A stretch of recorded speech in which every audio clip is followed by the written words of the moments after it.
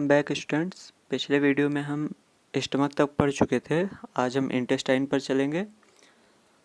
पिछले वीडियो में मैं एक चीज़ बताना छूट गया था ज़रा हल्का सा, तो वो चीज़ हम देख लेते हैं। नीट में एक बार पूछ लिया गया था कि जो बेबीज़ होते हैं यानी बच्चे होते हैं उनका डेंटल फार्मूला क्या होता है, और उसी के थ्रू एक क्वेश्चन भी पूछ लिया गया था। तो हम दोनों चीज़ें देख लेते हैं एक बार। तो जो बच्चे होते हैं उनमें डेंटल फार्मूला 2102 होता है। अब इसका सीक्वेंस आपको पता है, इंसीजर, कैनाइन, प्री मोलर और प्री मोलर। तो जो प्री मोलर होते हैं वो 0 यहाँ पे आपको दिखाई दे रहे हैं।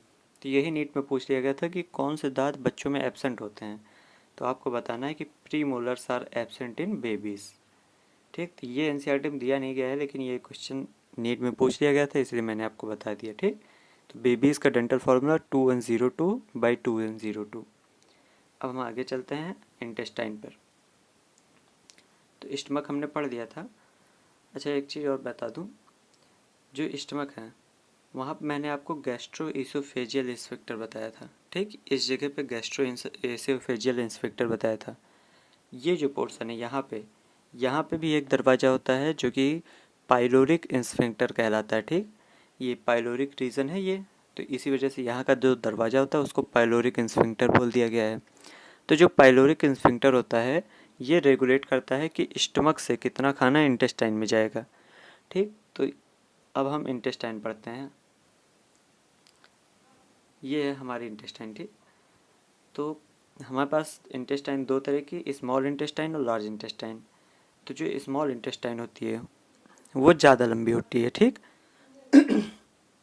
तो आइए देखते हैं। स्मॉल इंटेस्टाइन के 3 पार्ट्स होते हैं, वही 3 हमें पढ़ने हैं।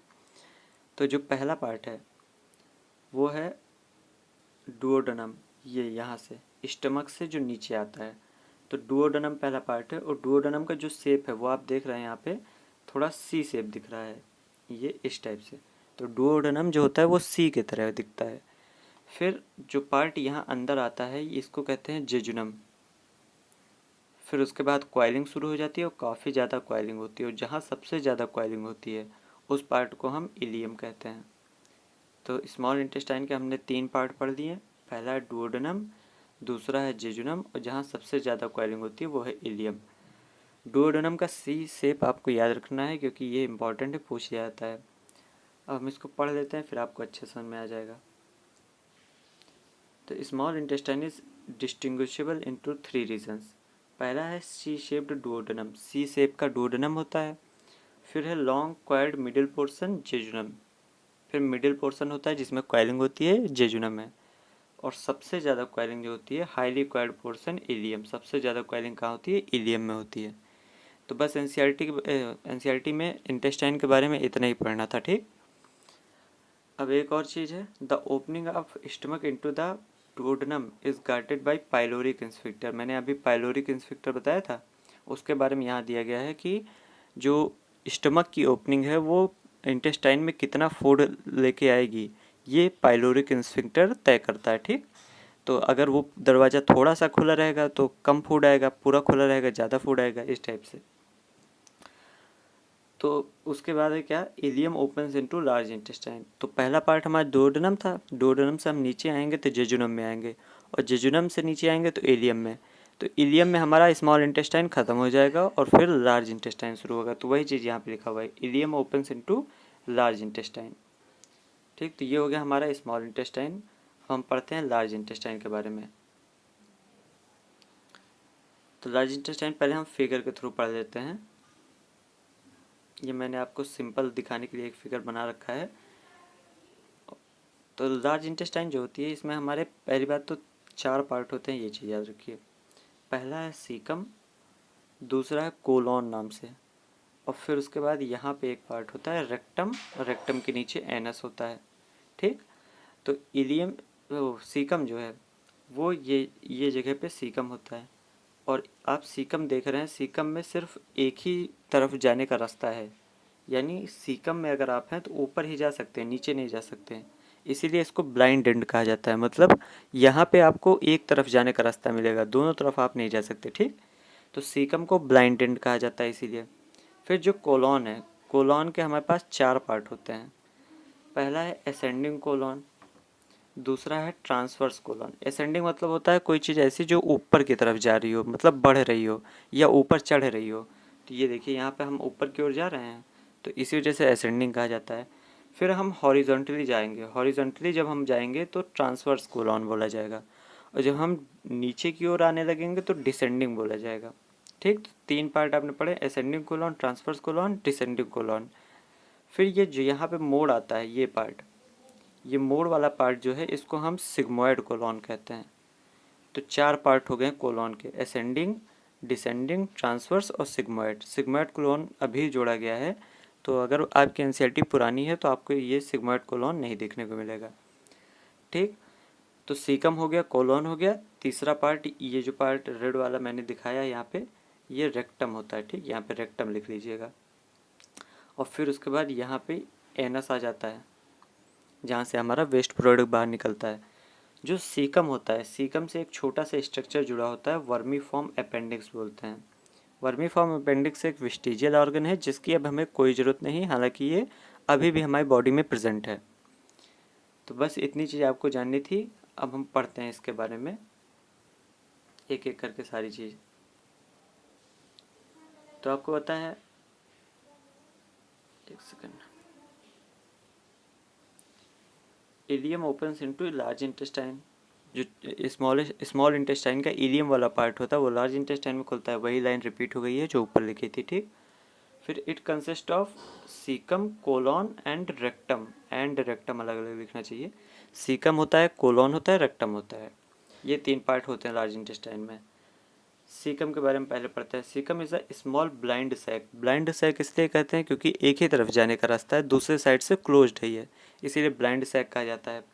विच होस्ट सम सिम्बायोटिक माइक्रो ऑर्गेनिज्म, जिसमें कुछ सिम्बायोटिक माइक्रो ऑर्गेनिज्म होते हैं। सिम्बायोटिक मतलब ऐसे माइक्रो ऑर्गेनिज्म जो हमारे लिए भी फ़ायदेमंद है और जिनसे हमें भी कोई ना कोई फ़ायदा होता है। मतलब एक म्यूचुअल रिलेशनशिप है, उनका फ़ायदा हमसे होता है, हमारा फ़ायदा उनसे होता है। ठीक, तो सिम्बायोटिक माइक्रो ऑर्गेनिज्म जो होते हैं सीकम में पाए जाते हैं। फिर a narrow finger like tubular projection, एक नैरो, नैरो मतलब पतला सा, फिंगर की तरह ट्यूबुलर प्रोजेक्शन होता है जिसको हम वर्मीफॉर्म अपेंडिक्स कहते हैं, जो कि एक वेस्टिजियल ऑर्गन है। ये भी सीकम से जुड़ा हुआ होता है, यहाँ पे ये चीज़ लिखा हुआ है। तो आप याद रखिएगा वर्मीफॉर्म अपेंडिक्स एक वेस्टिजियल ऑर्गन है। और ये पॉइंट जरूर याद रखिएगा कि सिम्बायोटिक माइक्रो ऑर्गेनिज्म जो है हमारे पास वो सीकम में पाए जाते हैं। तो यह हमारा सीकम हो गया। अब हम आगे चलते हैं, कोलन और रेक्टम पढ़ते हैं। एक सेकेंड, अब हम कोलन और रेक्टम पढ़ते हैं। तो सीकम जो होता है, the caecum opens into colon. Caecum colon में खुलता है। Colon is divided into 4 part. Colon के 4 पार्ट होते हैं, अभी मैंने आपको दिखाया था। पहला है असेंडिंग, फिर है ट्रांसवर्स, फिर है डिसेंडिंग, और चौथा है सिग्मोइड कोलन। तो कोलन के 4 पार्ट, फिगर से आपको आसानी से याद रहेगा, तो फिगर याद रखिएगा। ठीक, फिर जो डिसेंडिंग पार्ट है वो वापस से रेक्टम में खुलता है। जो रेक्टम जो मैंने आपको मोड़ दिखाया था, जिसको आपने रेक्टम बोला था नीचे आने समय, एनस के जस्ट ऊपर वाला पार्ट जो होता है वो रेक्टम होता है। ठीक, विच ओपन्स थ्रू द एनस, जो रेक्टम होता है फिर उसके बाद एनस में जाके खुलता है। ठीक, तो ये हमारी इंटेस्टाइन आपको मैंने दिखा दी थी। एक बार फिर से देख लेते हैं सारी चीज़ें। हमारा सीकम है, ascending colon, transverse colon, descending colon, sigmoid colon. ये पार्ट यहाँ पे आ जाएगा रेक्टम, और जो ये पार्ट है इसको हम एनस बोल देंगे। ठीक, तो ये पूरा हमारा लार्ज इंटेस्टाइन ख़त्म हो गया। अब हम आगे चलते हैं।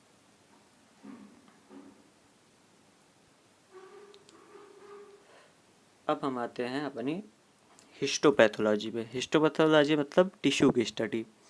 तो यहाँ पे मैंने वो वर्ड यूज़ नहीं किया है, हिस्टोपैथोलॉजी लिखा नहीं है क्योंकि एनसीईआरटी में दिया नहीं है। तो बेसिकली यहाँ पे हम अपने जो एलिमेंट्री कैनाल होती है उनकी लेयर्स के बारे में पढ़ते हैं, यानी टिश्यू की स्टडी करते हैं। ठीक, तो जो हमारी एलिमेंट्री कैनाल होती है, पहले एनसीईआरटी की फिगर देखते हैं। ये फिगर एनसीईआरटी का। एलिमेंट्री कैनाल में हमारी 4 पार्ट होते हैं। सबसे बाहरी लेयर जो पतली सी होती है उसको सेरोसा कहते हैं। फिर दूसरे नंबर पे जो लेयर है वो मस्कुलैरिस होती है। तीसरे लेयर पे जो लेयर है वो सब म्यूकोसा होती है। और जो सबसे अंदर है लेयर उसको म्यूकोसा कहा जाता है। अब कभी कभी उसमें नीट में पूछा जाता है कि क्रम बताइए बाहर से अंदर या अंदर से बाहर का, कि जो लेयर्स होती हैं वो किस क्रम में अरेंज हैं। तो आप एक निमोनिक याद रख सकते हैं, SM। ये बाहर से अंदर की तरफ लेयर्स का अरेंजमेंट है, सेरोसा, मस्कुलरिस, सब म्यूकोसा और म्यूकोसा। ठीक, तो SM याद रख सकते हैं आप। तो ये 4 लेयर होती हैं और फिर सबसे अंदर जो लेयर होती है वो म्यूकोसा होती है, याद रखिएगा। अंदर जो होता है वो खाली छेद होता है जहाँ हमारा खाना या पानी जो भी पीते हैं वो ट्रेवल करता है। ठीक, तो इसको ल्यूमेन कहते हैं, जो खाली जगह होती है अंदर, इसको ल्यूमेन कहते हैं। अब जो मस्कुलरिस होती है ये 2 पार्ट में डिवाइड होती है। जो बाहरी अंदर वाली लेयर होती है वो सर्कुलर होती है, जो बाहरी लेयर होती है वो लॉन्गिट्यूडनल होती है। अच्छा, इसको भी आप याद कर सकते हैं आसानी से कि जो इनर वाला पार्ट है, सी के बाद आई आ रहा है और ये आई से शुरू भी होता है इनर जो होता है, तो सर्कुलर इनर हो गया। एल के बाद ओ आ रहा है, एल के बाद आपको ओ दिख रहा है लॉन्गिट्यूडनल में, और जो आउटर है वो ओ से शुरू होता है तो आउटर लॉन्गिट्यूडनल हो गया। तो सिंपली आप कोई भी तरीका बना लीजिए, मैंने फिलहाल यही तरीका बनाया है कि जो इनर है तो आई से इनर शुरू होता है और सर्कुलर में सी के बाद जस्ट आई आता है। आउटर जो है वो ओ से शुरू होता है, जो लॉन्गिट्यूडनल वर्ड है उसमें एल के बाद जस्ट ओ आता है, एल के जस्ट बाद ओ आता है। ठीक, तो कोई भी तरीका आप यूज़ कर सकते हैं फ़िलहाल। और अभी ये चीज़ वैसे याद हो जाएगी आपको जब मैं पढ़ाऊँगा। तो यहाँ पे आप देखते हैं एक एक करके सारी लेयर पढ़ते हैं बाहर से अंदर की ओर। ठीक, तो पहली ये लेयर हमारे पास सेरोसा, मैं थोड़ा बड़ा कर देता हूँ इसको।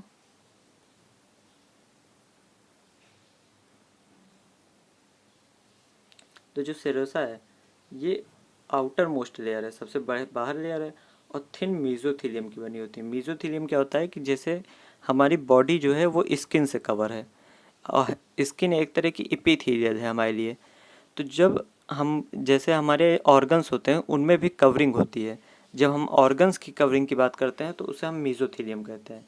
तो इपीथीलियम ऑफ विसरल ऑर्गन, विसरल मतलब इंटरनल ऑर्गन, हमारा लीवर हो गया, किडनी हो गई, इन सब पे जो एक तरह की स्किन चढ़ी होती है या कह लीजिए आप प्रोटेक्टिव कवरिंग चढ़ी होती है, उसको हम मीजोथीलियम कहते हैं। ठीक, तो serosa is the outermost layer is a thin mesothelium जो कि एपिथेलियल होता है विसरल ऑर्गन का, और सम कनेक्टिव टिश्यू। तो सेरोसा में आपको याद रखना है कि कुछ कनेक्टिव टिश्यू होते हैं।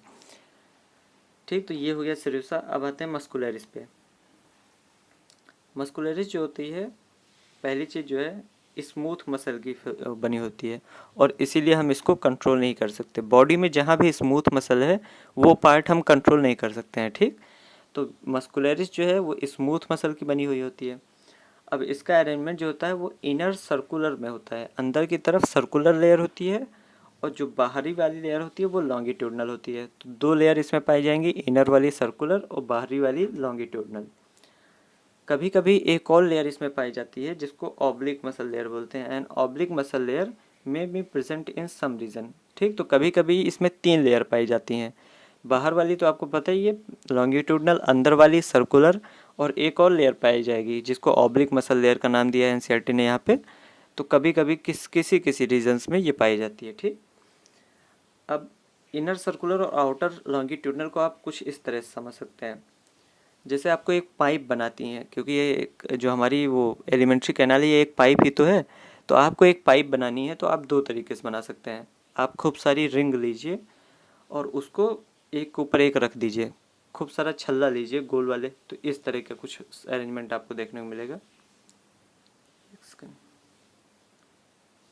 तो आपने खूब सारे छल्ले लिए रेड वाले, मतलब गोल वाले, और कुछ इस तरह से एक दूसरे के ऊपर रख दिया, तब भी एक पाइप बन जाएगी। और अगर आपने धागे के स्ट्रक्चर्स लेके एक के बाद एक पैरेलल अरेंज कर दिए तब भी एक पाइप बन जाएगी। तो पाइप बनाने के हमारे पास 2 तरीके हैं, या फिर हम रिंग लेके सर्कुलर पाइप बना दें, जैसे कि मस्कुलरिस में इनर वाली सर्कुलर होती है, या फिर हम धागों को जोड़ के लंबे लंबे धागों को जोड़ के लॉन्गिट्यूडनल पाइप बना दें, तो बाहर वाली जो होती है वो लॉन्गिट्यूडनल होती है। ठीक, तो यही बेसिकली होता है इनर सर्कुलर और आउटर लॉन्गिट्यूडनल, बस 2 तरह की पाइप हैं, उनका अरेंजमेंट अलग है। जो सर्कुलर वाली है वो रिंग एक दूसरे के ऊपर खूब सारी अंगूठियाँ रख दीजिए आप, या फिर आपकी मम्मी जो चूड़ियाँ पहनती हैं वो एक दूसरे के ऊपर रख दीजिए तो एक पाइप की तरह का स्ट्रक्चर बन जाता है, ठीक। तो वो सर्कुलर वो हो गया। और जो लॉन्गिट्यूडनल है वो एक के बाद एक धागे आप अरेंज कर लीजिए। कभी आपके जो डेकोरेटिव मटेरियल्स होते हैं जो सजाने के लिए, घर सजाने के लिए यूज़ होते हैं, उसमें आपने देखा होगा इस टाइप से, ठीक। खूब सारे धागे एक दूसरे के बगल लटके हुए होते हैं, वो पाइप की तरह देखने में लगता है, ठीक। तो ये हो गया आपके मस्कुलरिस की दोनों लेयर, ठीक। अब हम देखते हैं आगे, सेरोसा हो गया, मस्कुलरिस हो गया। अब सब म्यूकोसा और म्यूकोसा बाकी है। तो सब म्यूकोसा पहले पढ़ते हैं। जो सब म्यूकोसा है, it is formed of loose connective tissue. इसमें क्या होता है, लूज कनेक्टिव टिश्यू होता है और नर्व्स होती हैं, ब्लड होता है और also lymph vessel. Lymph vessel वो होते हैं जो हमारा रेस्पिरेशन में काफ़ी ज़्यादा काम में आते हैं और गैस के एक्सचेंज में या वेस्ट प्रोडक्ट के एक्सचेंज में बहुत काम आते हैं। तो यहाँ पे हमारे पास नर्व्स, ब्लड और लिम्फ वेसल्स होती हैं। लिम्फ अलग लिखिएगा, वेसल अलग लिखिएगा, एक साथ हो गया यहाँ पे, ठीक। इन डुओडेनम, डुओडेनम में glands are also present in submucosa. Generally क्या होता है, जो भी ग्लैंड होता है वो सबसे अंदर वाली लेयर यानी म्यूकोसा पे प्रेजेंट होता है, ठीक। लेकिन जब बात करें डुओडेनम की, यानी स्मॉल इंटेस्टाइन का जो पहला पार्ट होता है डुओडेनम, डुओडेनम की बात करें तो सब म्यूकोसा में भी ग्लैंड पाए जाते हैं डुओडेनम के केस में। ये इंपॉर्टेंट पॉइंट है, याद रखिएगा, ठीक। तो यहाँ पे अगर आप फिगर देखें तो जो सबसे अंदर वाली वाइट वाली लेयर है, ये वाइट वाली लेयर, ये म्यूकोसा हमने दिखाई है। तो जनरली सारे ग्लैंड इसी में होते हैं, लेकिन जो ये ब्लू वाली लेयर है यानी सब म्यूकोसा, डुओडेनम की बात करें तो इस ब्लू वाली लेयर में भी हमें ग्लैंड देखने को मिलेंगे। यही बताया गया उस पॉइंट में, ठीक। तो हमारा ये सब म्यूकोसा खत्म हो गया। अब हम म्यूकोसा पे आते हैं। तो म्यूकोसा के थ्रू हमें काफ़ी चीज़ें पढ़नी है, एक एक करके हम शुरू करते हैं। तो इनर मोस्ट लेयर जो होती है, lining of the lumen of alimentary canal is mucosa. सबसे अंदर वाली लेयर जो होती है म्यूकोसा होती है। अब म्यूकोसा क्या होता है कि म्यूकोसा के टच में खाना होता है। तो जो हमारा खाना होता है वो म्यूकोसा के टच में होता है, जो पानी हम पीते हैं वो भी म्यूकोसा के टच में होता है। तो म्यूकोसा का एक बहुत बड़ा काम हो जाता है कि खाने और पानी में से जो हमारी यूजुअल अच्छी चीज़ें हैं, मतलब जो हमें ज़रूरत की चीज़ें हैं, खाने और पानी में से उसको एब्जॉर्ब करना। तो एब्जॉर्ब करना है तो सबसे ज़्यादा फ़र्क पड़ता है कि सरफेस एरिया कितना है।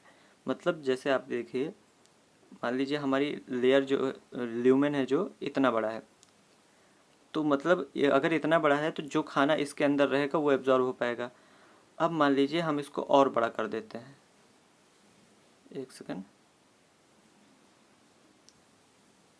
अब हम इसको और बड़ा कर देते हैं यानी इतना बड़ा बना दे रहे हैं।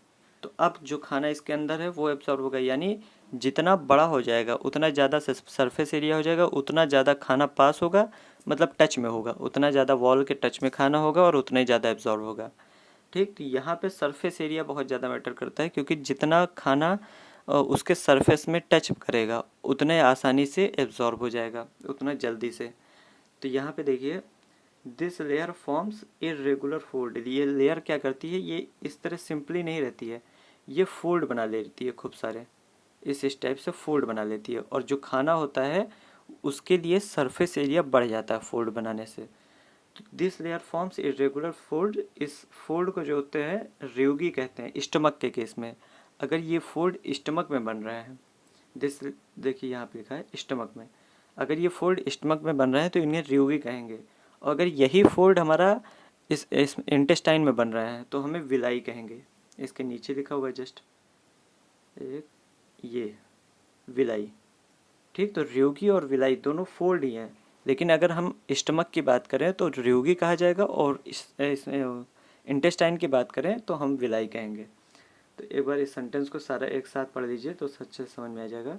This layer forms irregular folds rugae in the stomach, stomach में रियोगी हो गया, and small finger like foldings called villi in the small intestine. Small intestine में फिंगर के तरह के स्ट्रक्चर्स बना लेते हैं जिसको हम विलाई कहते हैं, ठीक। तो इससे क्या होता है, सरफेस एरिया हमारा बढ़ जाता है, और सरफेस एरिया मतलब जितना ज़्यादा कांटेक्ट में रहेगा उतने ही आसानी से एब्जॉर्प्शन हो पाएगा।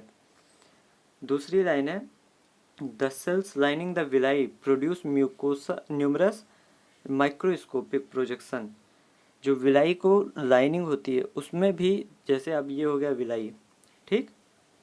अब इस विलाई में भी छोटे छोटे और दाने निकल आएंगे, जिससे सरफेस एरिया और ज़्यादा बढ़ जाएगा। और यही यहाँ पे लिखा हुआ है, the cells lining the villi produce numerous microscopic structure. ये जो और ज़्यादा हेयर्स टाइप के स्ट्रक्चर मैंने दिखाए हैं यहाँ निकल आते हैं, ये माइक्रोस्कोपिक होते हैं। कार्ड माइक्रोविलाई, इनको माइक्रोविलाई कहते हैं। Giving a brush border appearance, brush border मतलब खुरदुरा अपीयरेंस आपको देखने को मिलेगा इसका। ठीक, तो ये सिर्फ सरफेस एरिया इंक्रीज करने के लिए हो रहा है, क्योंकि जितना ज़्यादा फूड आपके कांटेक्ट में रहेगा दीवार के, ल्यूमेन के उसमें म्यूकोसा के कांटेक्ट में जितना ज़्यादा फूड रहेगा उतना ही ज़्यादा एब्जॉर्ब होगा, और जितना ज़्यादा सरफेस एरिया रहेगा उतना ज़्यादा हम फूड को कांटेक्ट में रख सकते हैं। ठीक, तो आपका विलाई, माइक्रोविलाई और र्यूगी सब इसी वजह से होते हैं, क्योंकि हमें सरफेस एरिया खूब ज़्यादा चाहिए ताकि एब्जॉर्प्शन अच्छे से हो पाए। अब हम आगे चलते हैं। तीसरा पॉइंट है, these modifications increase the surface area enormously. Enormously मतलब बहुत ज़्यादा। तो इस मॉडिफिकेशन की वजह से सरफेस एरिया बहुत ज़्यादा बढ़ जाता है, जिससे हम एब्जॉर्प्शन आसानी से कर सकते हैं। Villi are supplied with a network of capillaries. Villi जो होते हैं उसमें कैपिलरी के नेटवर्क होते हैं, कैपिलरी में ब्लड भरा होता है। And large lymph vessel, lymph vessel मैंने बताया जिससे हम खाना या फिर वेस्ट प्रोडक्ट या फिर गैस का एक्सचेंज करते हैं। वो एक तरह का ब्लड के तरह ही देखने में होता है, लेकिन ब्लड नहीं होता, लिम्फ होता है। ठीक, कॉल्ड द लैक्टियल, एक बड़ी सी लिम्फ वेसल होती है जिसे लैक्टियल कहते हैं, वो भी होती है। अब ब्लड और लिम्फ वहाँ पे इसलिए होता है क्योंकि जो एब्जॉर्प्शन होता है, जैसे मान लीजिए आपका खाना है, एक सेकेंड, मान लीजिए ये आपका वो है ल्यूमेन है। अब इसमें जो खाना है वो जो एब्जॉर्ब होगा तो कहाँ जाएगा, तो वो ब्लड में जाएगा या फिर लिम्फ में जाएगा। अगर फैट होगा, जो फैट होता है वो लिम्फ में जाता है, कार्बोहाइड्रेट, प्रोटीन, ये सब जो होते हैं वो ब्लड में जाते हैं। तो इसी वजह से ये ल्यूमेन के आसपास ब्लड वेसल और लिम्फ वेसल रहती हैं, कि जैसे ही खाना अगर कांटेक्ट में आए तो एब्जॉर्ब हो, जैसे प्रोटीन एब्जॉर्ब हुआ तो डायरेक्ट ब्लड में आ जाए, या फिर कार्बोहाइड्रेट या शुगर एब्जॉर्ब हुई तो डायरेक्ट ब्लड में आ जाए, इसी वजह से। ठीक, तो यहाँ पे आप देख रहे हैं विलाई आपको दिखाया गया, विलाई का स्ट्रक्चर। ये जो आपको छोटे छोटे फिंगर के तरह के स्ट्रक्चर दिखाए गए हैं, ये है विलाई। ठीक, विलाई के अंदर ये येलो कलर की एक वो दिखाई गई है, विन टाइप की, मतलब पाइप टाइप की दिखाई गई है येलो कलर की, ये है लैक्टियल, येलो वाली पाइप जो दिखाई गई है। ठीक, और फिर जो रेड और ब्लू वाली पाइप दिखाई गई हैं, ये सब ब्लड वेसल हैं, इनमें सब ब्लड है। ठीक, तो ये सारी चीज़ें हमें एब्जॉर्प्शन के लिए चाहिए होती हैं। फिर आपको कैपिलरीज भी यहाँ पे दिखाई गई है, ये आर्टरी दिखाया गया है और वेन दिखाया गया है। ठीक, तो दोनों में ब्लड होता है, एक में इम्प्योर होता है, एक में प्योर होता है। जो वेन होती है इसमें इम्प्योर ब्लड होता है, आर्टरी में प्योर होता है। ऑक्सीजनेटेड कह लीजिए, आर्टरी में ऑक्सीजनेटेड होता है, वेन में डीऑक्सीजनेटेड होता है। फिर क्रिप्ट्स दिखाए गए हैं, क्रिप्ट्स भी इसी वजह से होते हैं कि सरफेस एरिया बढ़े, मतलब जितना हम ऊपर नीचे करेंगे उतना ज़्यादा सरफेस एरिया बढ़ेगा। और ऊपर से इसमें और स्ट्रक्चर उगाते हैं जिसको हम माइक्रोवेलाई कहते हैं, ऐसे इसी के सरफेस पे हमारे और भी ज़्यादा स्ट्रक्चर उगाते हैं जिसको हम माइक्रोवेलाई कहते हैं।